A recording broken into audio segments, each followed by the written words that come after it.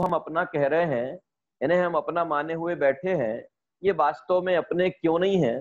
क्योंकि अपने के लिए तो एक परिभाषा आती है कि अपना तो वही हो सकता है जो हमारे साथ त्रिकाल रहे, परंतु ये परिजन हमारे साथ त्रिकाल नहीं रहते, अपनी अपनी आयु पर्यंत हमारे साथ रहते हैं।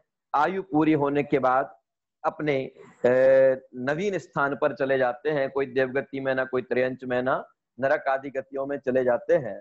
या तो वो चले जाते हैं या फिर हम अपनी आयु पूरी करके हम उन्हें छोड़ के चले जाते हैं। इन सब का मतलब ये हुआ, हम का मतलब हमारा यह शरीर हमें छोड़ के नवीन गति में चले जाते हैं, परंतु वास्तव में ये सब मेरे क्यों नहीं है? क्योंकि मेरा तो केवल वही है जो मेरे साथ त्रिकाल रहे। ये परिजन मेरे नहीं है, ये शरीर भी मेरा नहीं है, क्योंकि ये भी मेरे साथ त्रिकाल नहीं रहता, ये अपनी आयु पर्यंत रहता है। माता पिता परिजन जैसे वृक्ष पर आकर निवास करने वाले पक्षियों की तरह कुछ दिनों के लिए इनका संयोग रहता है, फिर इसके बाद ये चले जाते हैं। ऐसे ही ये सब चीजें हमसे अलग हो जाती हैं। इसका मतलब ये है कि ये सब मैं नहीं हूं और मेरे नहीं है, क्योंकि मैं और मेरे की तो केवल एक ही परिभाषा है, जो हमारे साथ कल था, आज है और कल हमारे साथ रहेगा। वास्तव में वही मैं हूं, वही मेरा है, इसके अलावा मेरी कोई और संपत्ति नहीं है। लेकिन वो जो 7वें श्लोक में आया था, मोहेन आवृत्तम मोहन संवृत्तम, मोह के द्वारा बुद्धि ढके होने के कारण से मुझे ये सब चीजें अपनी लगती हैं। ठीक है, इस श्लोक तक अपनी दोपहर में बात हुई थी, लेकिन थोड़ा सा श्लोक में जो बात रह गई थी ये अपन को जानना इसमें जरूरी है कि वो मोह का जो नशा है ना, उस नशे के कारण ये सारी चीजें हमें अपनी दिखाई देती हैं, जबकि वास्तव में उनका द्रव्य, उनका क्षेत्र, उनका काल, उनका भाव न्यारा न्यारा है। ये अपन 8वें और 9वें पद में पढ़ चुके हैं। एक आदरणीय छोटे दादा एक बहुत अच्छा उदाहरण देते हैं इस बात को स्पष्ट करने के लिए।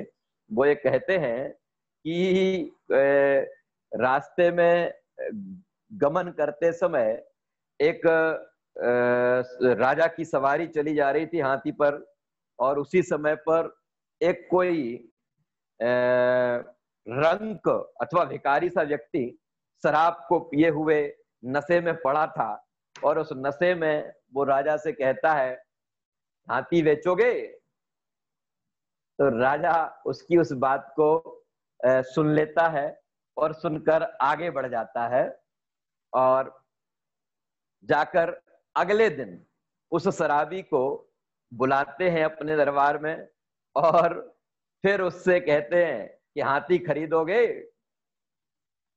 तो फिर वो भिखारी क्या जवाब देता है? वो कहता है, मालिक वो हाथी खरीदने वाला तो कोई और था और मैं तो कोई और हूं। कहने का मतलब क्या है कि वो मैं नहीं बोल रहा था, वो मेरा नशा बोल रहा था। ऐसे यहाँ ये जो एक ही परिवार में आके एकत्रित हुए हैं हम सब, ये हम सब एकत्रित हुए हैं तो उस मोह के कारण, उस अज्ञान के कारण हम उन्हें अपना कहे जा रहे हैं, परंतु वास्तव में उनमें से कोई भी अपने है नहीं। अपने वो तभी होते जब वो अपने साथ हमेशा रहते। तो फिर अपना कौन? ये अपना ज्ञान। क्यों? ये ज्ञान हमारे साथ हमेशा रहता है। ठीक है, ये तो हुई अपनी पिछली बात। अब अपन को अभी नया 10वां छंद पढ़ना है। अब उस 10वें छंद में अभी तक उन्होंने जो 8वें छंद में की बात आई थी, घर की, परिवार की, मित्र की, पत्नी की, पुत्र की, है ना, इसके बाद अंत में आया था शत्रु का। तो अब यहाँ वो जो शत्रु हैं, वो शत्रु हमारे लिए कैसे हैं, उनका कैसा स्वरूप है, वो उनके साथ वो हमारे साथ क्या करते हैं। तो वो जब हमारे साथ वैसा व्यवहार करते हैं, उस समय हमें क्या करना चाहिए, कैसा विचार करना चाहिए, क्या चिंतन चलनी चाहिए, वो अपन को अब इस 10वें श्लोक के माध्यम से पढ़ना है। ये 10वां श्लोक आप लोगों की स्क्रीन पर उपस्थित है। मैं इसको पढ़ता हूं, आप लोग इसे रिपीट करेंगे, और फिर मैं थोड़ा सा नीचे कीजिए इसको, 10वां श्लोक लाइए।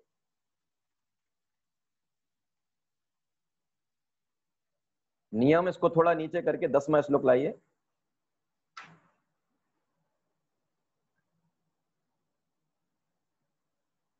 हाँ जी, देखिए मैं पढ़ता हूं, आप लोग इसको दोहराना। विराधका कथम हंत्रे जनाय परिकुप्यति त्रयंगुलम पात्यन पदभ्याम स्वयं दंडेन पात्यते। फिर से पढ़ता हूं। विराधका कथम हंत्रे जनाय परिकुप्यति त्रयंगुलम पात्यन पदभ्याम स्वयं दंडेन पात्यते। पढ़े सभी लोग एक साथ, अनम्यूट ऑल करना जरा। हाँ पढ़े सभी लोग। विराधक कथम हंत्रे जनाय परिकुप्यति त्रयंगुलं पातयन् पदभ्यां स्वयं दंडेन पात्यते। अभी दूसरी लाइन में थोड़ी दिक्कत हुई है आप लोगों को। त्रयंगुलम पात्यन पदभ्याम स्वयं दंडेन पात्यते। नियम जी जरा सबको, स्वयं दंडेन हाँ एक पात्यते। बार, हाँ रुके एक मिनट, एक बार सब लोग साथ में पढ़ते हैं। चलिए पढ़िए। विराधिका हंत्रे जनाय परिकुप्यति त्रयंगुलं त्रयंगुलं पातयन् पदभ्यां पात्यते। स्वयं दंडेन पात्यते। पात्यते। बहुत बढ़िया, सभी ने अच्छा पढ़ा। अभी थोड़ी देर बाद श्लोक पूरा होने के बाद आप लोगों से और पढ़वाऊंगा। अभी अपन इसका शाब्दिक अर्थ देखें, फिर अपन इसका भावार्थ देखते हैं। विराध का अर्थात विराधक, जिसने पहले अन्य को हैरान किया है। विराधक शब्द का अर्थ सामान्य अर्थ तो क्या हुआ? विराधक अर्थात क्या? जिसने कभी भूतकाल में किसी अन्य को हैरान किया है, परेशान किया है, दुखी किया है, ऐसा वह पुरुष। उसके लिए आचार्य देव ने क्या शब्द दिया? विराधक। ठीक है, विराधका। फिर इसके बाद आया हंत्रे जनाय। ये क्या हुआ? क्यों ऊपर कर दिया भाई? नीचे कीजिए नियम 10वें श्लोक का। हाँ और थोड़ा सा, बस बस। हाँ, हंत्रे जनाय, वर्तमान में अपने को मारने वाले मनुष्य के प्रति। हंत्रे माने हमारा हनन करने वाला, हमें परेशान करने वाला, हमें दुखी करने वाला। जनाय, जन के लिए, मनुष्य के लिए अथवा मनुष्य के प्रति। कथम परिकुप्यति, क्यों क्रोध करता है? ठीक है, क्यों क्रोध करता है? अरे ये तो हुई बात ऊपर, जो उन्होंने अपनी बात कहनी थी वो। नीचे उदाहरण दे रहे हैं। त्र्यंगुलम अर्थात त्र्यंगुल को, एक प्रकार का औजार होता है ना त्र्यंगुल। पदभ्याम, दोनों पैर दो होते हैं इसलिए पद शब्द में द्विवचन लगाया। पदभ्याम अर्थात पैरों से, दोनों पैरों के द्वारा। पातयन, नीचे गिराने वाला मनुष्य, नीचे गिराने वाला जो मनुष्य वह है स्वयं, स्वयमेव अपने आप ही। दंडेन, दंड द्वारा अर्थात त्रिंगुल के दंड, दंड है ना, वो जो त्रिंगुल में लगा हुआ डंडा होता है। मैंने कहने का अर्थ यह है, त्रिंगुल एक प्रकार का अस्त्र होता है जिसको किसान अपने उपयोग में लेते हैं। उसमें 3 तरीके से वो, समझ लीजिए 3 नोक उसमें निकली होती हैं, वो त्रिंगुल कहलाता है। और उसमें लकड़ी का वैट होता है ना। तो उसके लिए कह रहे, उसके दंड के द्वारा पात्यते, नीचे गिरता है। ये इसका सामान्य अर्थ हुआ। अब अपन इसको समझें। यहाँ कि अपन को कहां से जोड़नी है इस बात को? इससे पहले आचार्य देव ने जब 8वें छंद में बपू, ग्रह, धन, दारा, पुत्र और मित्र, शत्रु, इन सब के विषय में बताया था। तो बपू, ग्रह आदि के विषय में तो वो बता चुके हैं, है ना। परंतु यहाँ वो शत्रु जब हमारे साथ में कोई व्यवहार करता है ना, लिखा ना इसमें विराधक। विराधक अर्थात जिसने पहले अन्य को हैरान किया था, दुख दिया था, ऐसा वह पुरुष, ठीक है। हंत्रे जनाए, वर्तमान में अपने को मारने वाला पुरुष, अर्थात अपना शत्रु जो वर्तमान में हमें परेशान कर रहा है, वो हमारा शत्रु जब क्या करता है, हमारी विराधना करता है, हमें परेशान करता है, हमें दुखी करता है, ऐसे उसके प्रति कथम परिकुप्यति, क्यों क्रोधित होता है। कहने का अर्थ क्या हुआ, अब ये स्टॉप शेयरिंग कीजिए, स्टॉप शेयरिंग कीजिए, अब श्लोक का अर्थ मैं पूरा स्पष्ट बताऊं।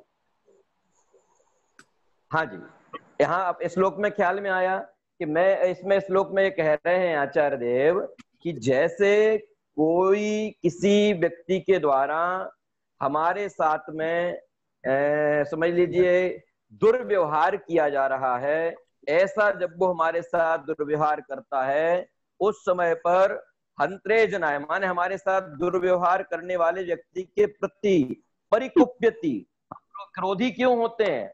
वो जो हमारे साथ दुर्व्यवहार कर रहा है, जो व्यवहार का परिणाम, उस दुर्व्यवहार का कारण क्या है कि हमने कभी कल उसके साथ दुर्व्यवहार किया होगा, है ना। उस दुर्व्यवहार के परिणाम स्वरूप आज मेरा ये उदय ऐसा आ रहा है, इस कारण से वो मेरे साथ ऐसा कर रहा है, इसमें उसका दोष नहीं है। किसके समान कि यहाँ उन्होंने उदाहरण क्या दिया, त्रिंगुल का। त्रिंगुल एक प्रकार का समझ लीजिए औजार होता है, उसके द्वारा क्या होता है, उसमें 3 अंगुली वाला त्रिंगुल लिखा ना, त्रिअंगुल, 3 प्रकार की उसमें नोकें निकली होती, इस तरीके से त्रिंगुल कहलाता है। और उसमें क्या होता है, साथ में लकड़ी का एक उसमें बैट लगा होता है, जिसको पकड़ के आपको शिकार किया जाता है। तो जब कोई व्यक्ति पदाभ्याम अपने पैरों के द्वारा, है ना, अपने पैरों के द्वारा उस त्रिंगुल को कचरा उठाने वाला, हाँ, है ना, तो पूरा कचरा उठाने वाला, वो कह रहे जब उसको अपना पैरों के द्वारा नीचे गिराते हैं ना, तो अपन ने पैरों से उसको नीचे गिराया, उसमें लग, हाँ ऐसे उससे पाँव में लग जाता है, बिना किसी अंतर के प्रेरणा से सही हाथ में पकड़े हुए डंडे से गिर जाता है।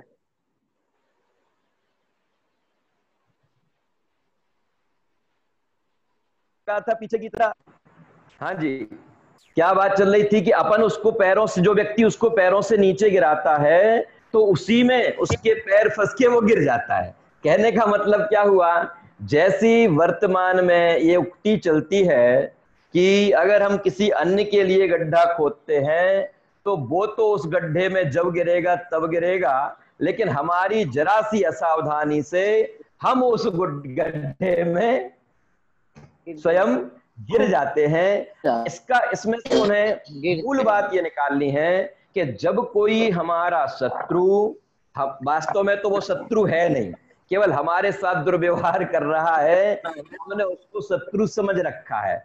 तो जब वो हमारे साथ दुर्व्यवहार करता है तो हम उसके प्रति परिकुप्यति, है ना, हम उसके ऊपर क्रोधी क्यों होते हैं। हमें उसके ऊपर क्रोधी ना होकर हमें उस समय अपने उदय का विचार करना चाहिए, और उदय से पहले हमें इस बात का विचार करना चाहिए कि ऐसा कुछ हमने भी कभी इसके साथ किया होगा जिसके दुष्परिणाम स्वरूप ये हमारे साथ हो रहा है। तो वास्तव में ये हमारा बैरी नहीं है, इसके प्रति हमें शत्रुता का भाव नहीं रखना चाहिए।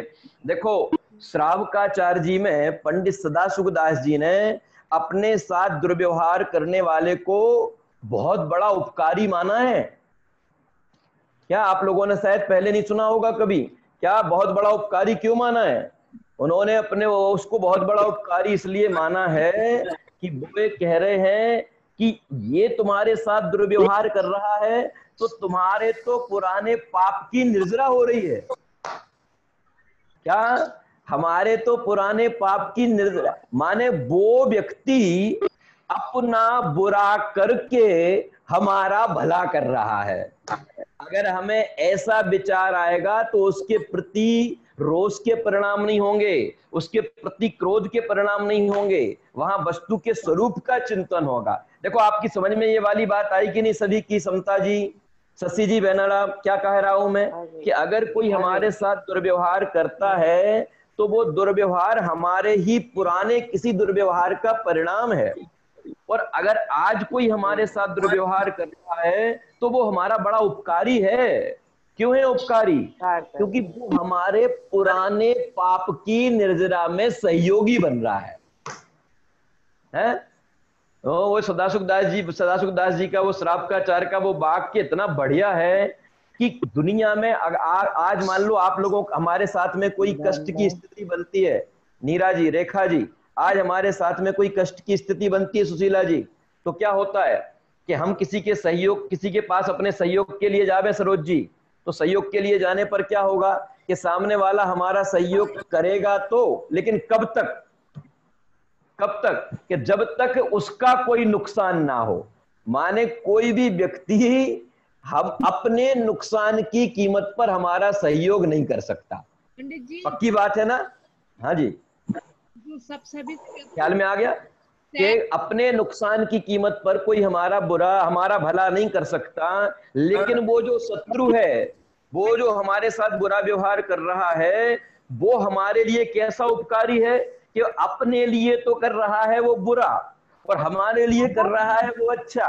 हमारे पाप की तो निर्जरा और उसके हो रहा है पाप का बंध। इस तरीके से अगर हमारे साथ में कोई हमारे साथ दुर्व्यवहार करता है तो उस दुर्व्यवहारी के साथ में हमें किसी भी प्रकार से कसाय के परिणाम नहीं करने। क्यों? क्योंकि जैसे त्रिउंगल को पैरों से नीचे गिराने वाला व्यक्ति स्वयं उसके डंडे में फंसकर नीचे गिर जाता है, वैसे ही हमारे द्वारा कुछ ऐसा किया गया होगा जिसके परिणाम स्वरूप ये हमारे साथ ऐसा दुर्व्यवहार कर रहा है। इसमें इसका कोई भी दोष नहीं है। इस तरीके से बहुत सरल, आकर्षक और हमेशा स्मरण करने लायक ये श्लोक है ना? देखें, एक बार मैं इसको पढ़ता हूं। विराधिका कथम हंत्रे जनाय परिकुप्यति त्र्यंगुलम पात्यन पद्भ्याम स्वयं दंडेन पात्यते। हाँ, कौन बोल रहा है? प्रतिमा जी, अभी से कह दो कि को म्यूट करवा दीजिए ना, बीच बीच में आवाज आ रही है। हाँ, ये जो लोग म्यूट नहीं किए हैं अपने आप को, कृपया म्यूट कर लें अपने आप को। चले देखें, ये श्लोक क्लियर हो गया ना सभी को? हाँ, सभी को क्लियर हो गया? बढ़े आगे? हाँ, हाँ, इस श्लोक का भावार्थ पढ़ते हैं और फिर अगले श्लोक को पढ़ेंगे अपन लोग। हाँ जी, शेयर कीजिए। नहीं भैया, नीचे वाला हाँ, नीचे वाला देख ले, नीचे वाली लाइन देखें। त्रि लिखा ना, त्रिअंगुल में त्रि प्लस अंगुल से बन गया त्रिअंगुल। पातयन, त्रिअंगुल अर्थात उसमें वो 3 उंगलियां निकली होती हैं, वो कहलाता है त्रिअंगुल। उस त्रिअंगुल को पातयन, गिराता हुआ, पदभ्याम किससे? पैरों से।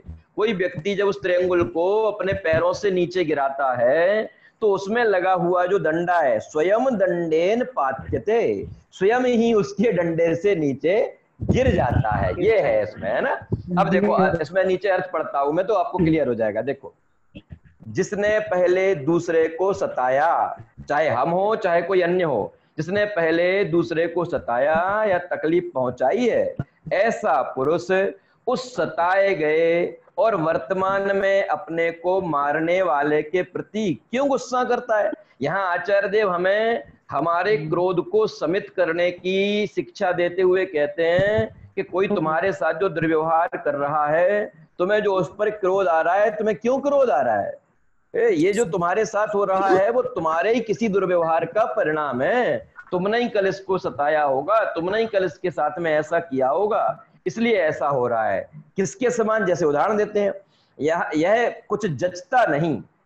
अरे, जो त्रिअंगुल को पैरों से गिराता वह डंडे के द्वारा स्वयं गिरा दिया जाएगा। समझ गए? जो दूसरों के साथ दुर्व्यवहार करेगा निश्चित रूप से उसके साथ दुर्व्यवहार होगा। और अगर हमारे साथ दुर्व्यवहार हो रहा है, इसका मतलब हमने आज से पहले किसी के साथ दुर्व्यवहार किया होगा, है ना? किया होगा, इसलिए हो रहा है। और आज कर रहा हूं तो आगामी काल में फिर मेरे साथ ऐसी प्रतिकूलताओं के संयोग बनेंगे। इसलिए अपन को इस श्लोक के माध्यम से अपने साथ होने वाले दुर्व्यवहार के समय किसी पर क्रोध करने की आवश्यकता नहीं है, किसी पर गुस्सा करने की आवश्यकता नहीं है। उसे अपना उपकारी जानकर समता भाव पूर्वक अपने कार्य को संपादित करना। ठीक है, क्लियर हुआ यहां तक? बढ़े क्या आगे? चलें आगे? हाँ। चले। अब देखें 11वां श्लोक। राग द्वेष द्वयी दीर्घ नेत्राकर्षण कर्मणा। मेरे बाद पढ़े, मैं पढ़ता हूं, मेरे बाद पढ़ना। राग द्वेष द्वयी दीर्घ, पढ़े बोले। राग द्वेष नेत्राकर्षण कर्मणा।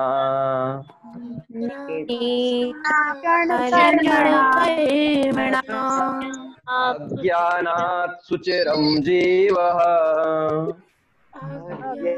अज्ञानात् सुचिरम् संसाराब्धो भ्रमत्यशो।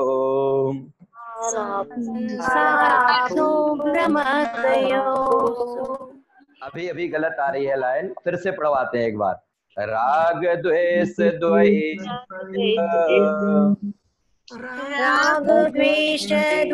दीर्घ नेत्राकर्षण कर्मणः। आगे मत पढ़े। अज्ञानात् सुचिरं जीव जीवे संसाराब्धौ भ्रमत्यशो।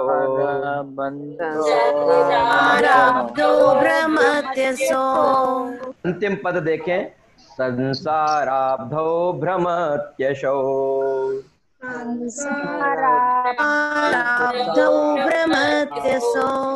अब मैं पूरा श्लोक एक साथ पढ़ूंगा। जब मैं पूरा पढ़ लूं उसके बाद रिपीट करना है, ठीक है? अभी बीच में नहीं पढ़ेगा कोई। राग द्वेष द्वयी दीर्घ नेत्राकर्षण कर्मणा अज्ञानात् सुचिरं जीवः संसाराब्धौ भ्रमत्यशो। एक साथ। राग द्वेष द्वयी दीर्घ नेत्राकर्षण कर्मणा अज्ञानात् जीवे संसाराब्धो भ्रमत्यशो। सभी को म्यूट कीजिए, ऑल म्यूट कीजिए। नियम ऑल म्यूट कीजिए। हम बोले काम बोल रहा है, कौन बोल? हाँ जी। अब आप में से म्यूट हो जाए है बेटा। हाँ, ऑल म्यूट कर दीजिए। किसी एक से नियम पढ़वा दीजिए जरा। अभी ये शीतल जी बेंगलुरु, आप जरा पढ़ें। राग द्वेष द्वयी दीर्घ नेत्राकर्षण कर्मणा अज्ञानात् सुचिरं जीव संसाराब्धो भ्रमत्यशो। बहुत बढ़िया पढ़ा आपने। अब देखें एक एक शब्द को। राग द्वेष द्वयी दीर्घ नेत्र आकर्षण कर्मणा अज्ञानात् सुचिरम जीवः संसार आब्धौ भ्रमति असौ। ये इसका अलग अलग करके संधि विक्षेप हुआ। अब थोड़ा ऊपर बढ़ाएं, इसके एक एक शब्द का अर्थ देखें अपन लोग, फिर अपन इसके भावार्थ। मीटिंग ऑफ हो हाँ जाएगी। जी, हाँ 5 मिनट में मीटिंग ऑफ हो जाएगी। हाँ बोल देता हूं मैं सभी को। 10 मिनट में मीटिंग ऑफ हो जाएगी, तो अपन लोग फिर से जुड़ने की कोशिश करेंगे। अगर जुड़ जाएंगे तो अपना आगे विषय अपन बढ़ाएंगे, है ना? और नहीं जुड़ पाएंगे तो आगे जब अपनी क्लास होगी तब। अब देखें एक एक शब्द का अर्थ देखें। श्लोक में आया था, बाद में आया था ना श्लोक में अशौ शब्द आया था, तो यहाँ इसमें क्या होता है? अन्वय के द्वारा अन्वय कहलाता है। आप लोग समझ लें अन्वय क्या कहलाता है।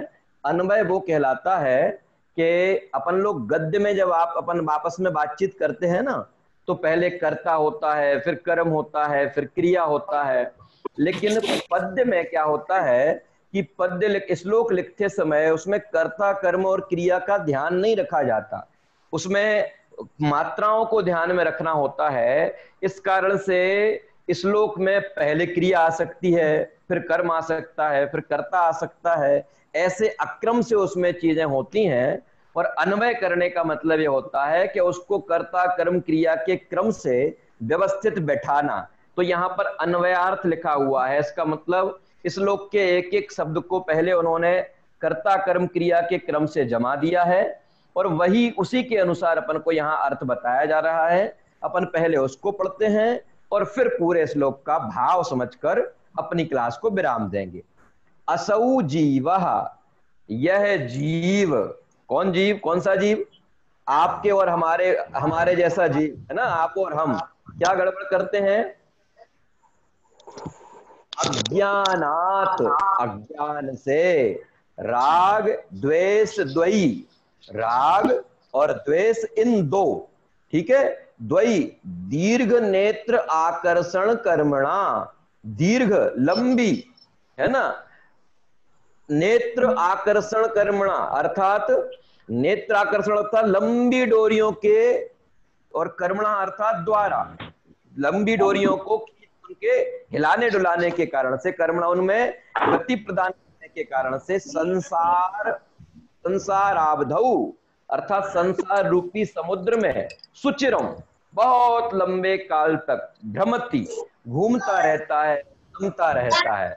कैसे देखें एक शब्द का, असौ जीवा जो कहां पर आया था, लास्ट में आया था ना, भ्रमति असौ, श्लोक के अंत में आया था असौ, और उसके पहले आया था जीवा। असौ माने यह, जीवा अर्थात जीव, किसके कारण से? अज्ञानात, अज्ञान के कारण से। क्या करता है?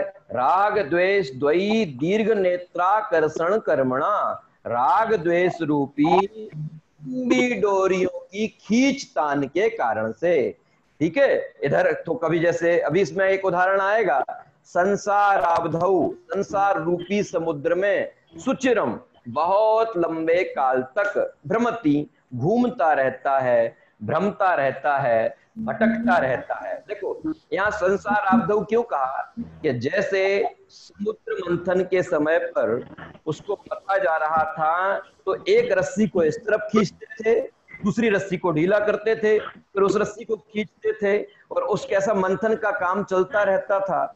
ऐसे ही इस संसार रूपी समुद्र में हमारे राग द्वेष की जो रस्सियां हैं, कभी हमें राग होता है, द्वेष होता है, फिर कभी द्वेष होता है, ये राग और द्वेष की रस्सी खिंचती रहती है।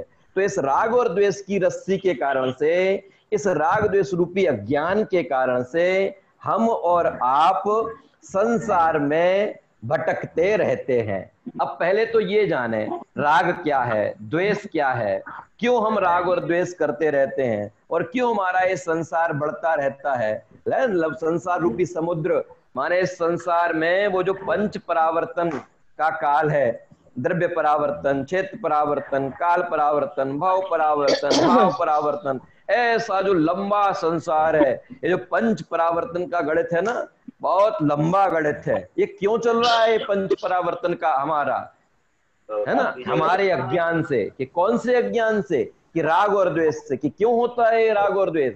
कि राग और द्वेष होने का मूल कारण ये है कि इस संसार में केवल 6 द्रव्य हैं जातीय अपेक्षा से और संख्या अपेक्षा से हैं अनंत द्रव्य। जातीय अपेक्षा से जीव पुद्गल धर्म धर्म आकाश काल, संख्या अपेक्षा से जीव अनंत, पुद्गल अनंता अनंत, धर्म। शेयरिंग इसको रोक दीजिए, शेयरिंग हटा, स्टॉप कर दीजिए। हाँ जी, हाँ, अब क्या बात चल रही थी? संसार में राग और द्वेष के कारण से ये संसार रूपी समुद्र में हम सब भटक रहे हैं। क्यों होता है राग और द्वेष? कि हम किन्हीं पदार्थों में राग करते हैं और कहीं द्वेष करते हैं। देखो जहां राग होता है वहां निश्चित रूप से द्वेष होता है, क्योंकि अगर हमें किसी के प्रति राग है तो वो ये बता रहा है कि फिर कोई ना कोई ऐसा भी है कि जिसके प्रति हमें द्वेष है। ठीक है, और अगर हमें कहीं किसी के प्रति द्वेष दिखाई देता है तो वो द्वेष इस बात की घोषणा कर रहा है कि अगर इनके प्रति द्वेष है तो कहीं ना कहीं राग भी है। तो इस राग और द्वेष की ये जो डोरी है ना, ये डोरी को अपन ऐसे ऐसे खींचते हैं तो जैसे संतंत्र मंथन में चलता है, ऐसे ही इस डोरी को खींचने से हमारा ये संसार लंबा चल रहा है। और ये राग और द्वेष होता क्यों है?